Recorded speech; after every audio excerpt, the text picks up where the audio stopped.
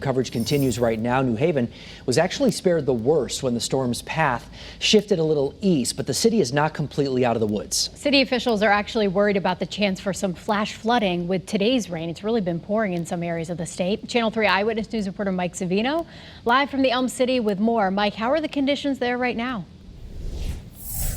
Well, right now that good luck seems to be continuing, and a lot of it is because of timing.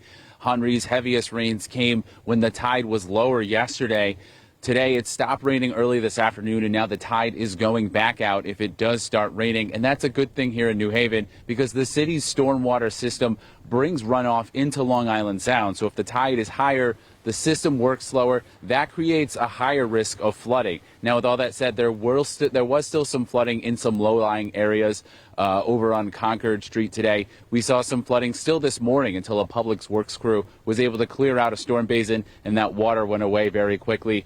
Now, Mayor Elicker also said that move to the east for Henri also brought better conditions than they had expected. The city officials were worried about heavy rains, high winds, all of that occurring during high tide, but things were much, much better than they expected.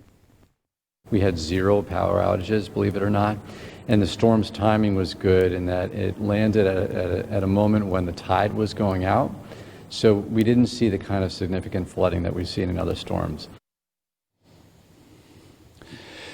Now, the city has also kept Lighthouse Point here closed. It was closed on Friday as Henri approached, but then over the weekend, a test found high bacteria levels in the water. So even though the storm is now moving away, it remains closed. Coming up on Eyewitness News at 5:30, I'll tell you when it may reopen. For now, live from New Haven, Mike Savino, Channel 3 Eyewitness News.